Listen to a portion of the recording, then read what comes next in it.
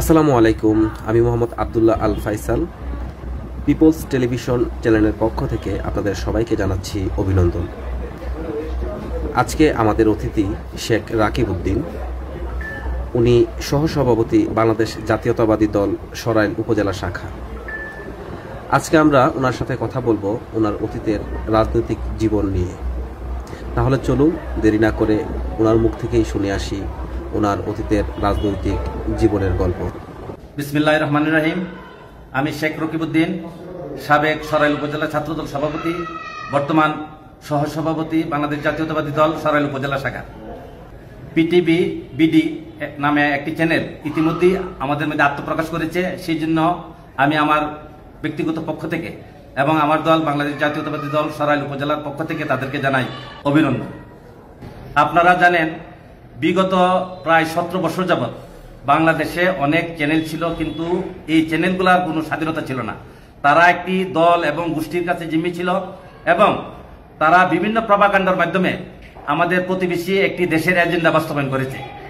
সেই জন্য আমি, যেহেতু এই চ্যানেলটি নতুনভাবে আমাদের মধ্যে আবির্ভাব ঘটেছে, আমি অনুরোধ করব তারা যেন বস্তুনিষ্ঠ সংবাদ পরিবেশন করে এবং জনগণের পাশে থাকে।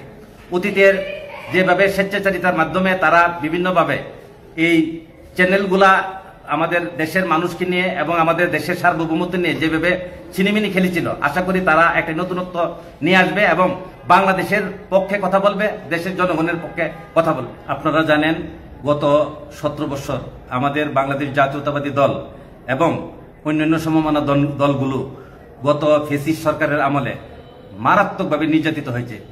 আমাদের অনেক হাজার হাজার নেতাকর্মী গুম হয়েছে, হত্যার শিকার হয়েছে এবং তাদের অমানবিক নির্যাতনের শিকার হয়েছে। তাদের বিরুদ্ধে হাজার হাজার মামলা হুলিয়া নিয়ে তারা ঘরে শান্তিতে বসবাস করতে পারে নাই। তারা বিভিন্নভাবে অত্যাচারিত হয়ে অনেকেই পরিবার পরিজনকে ত্যাগ করে তারা যাযাবর হিসেবে তারা বিভিন্নভাবে জীবনযাপন করেছে। আপনাদের অবগতির জন্য জানাচ্ছি যে ইতিমধ্যেই গত 5ই আগস্ট আমাদের বাংলাদেশের সাধারণ মানুষ এবং ছাত্র জনতার আন্দোলনের মাধ্যমে ফ্যাসিস্ট সরকারের পতন হয়েছে। সেটা আমাদের জন্য একটি নিয়ামক শক্তি হিসাবে আবির্ভাব হয়েছে। ইতিমধ্যেই আপনারা অবগত হয়েছেন, আমাদের দেশ রত্ন আমাদের ভারপ্রাপ্ত চেয়ারম্যান মহোদয় জনাব তারেক রহমান আমাদেরকে বিভিন্নভাবে দিক নির্দেশনা দিয়ে যাচ্ছে এবং আমাদের সাধারণ মানুষের পাশে যাতে আমাদের নেতাকর্মীরা থাকে, সেই জন্য উনি বারবার আমাদেরকে নির্দেশনা দিচ্ছেন। ইতিমধ্যে আপনারা জানেন, গত পহেলা রমজান থেকে আমাদের সারা বাংলাদেশে আমাদের উন্মুক্ত স্থানে ইফতার মাহফিল অনুষ্ঠিত হয়েছে। তার কর্মসূচি হিসাবে আমরা সরাইল উপজেলা বিভিন্ন ইউনিয়নে আমরা সুশৃঙ্খলভাবে জনগণকে পাশে নিয়ে আমরা ইফতার মাহফিল সুন্দরভাবে অনুষ্ঠিত করেছি এবং আমরা আগামীতে ইনশাল্লাহ যদি একটা সুষ্ঠু অবাধ ও নিরপেক্ষ নির্বাচন হয়, সেই নির্বাচনে আমাদের ভারপ্রাপ্ত চেয়ারম্যান জনাব তারেক রহমানের নির্দেশনায় আমরা ইনশাল্লাহ আগামীতে আমাদের জনগণের পাশে থাকব এবং একটি সুষ্ঠু নির্বাচন হলে আমরা আশা করি বাংলাদেশ জাতীয়তাবাদী দল দেশ পরিচালনার দায়িত্বে আসবে এবং আমরা আমাদের কর্মীদেরকে নিয়ে আমরা জনগণের সেবক হিসাবে আমরা থাকব।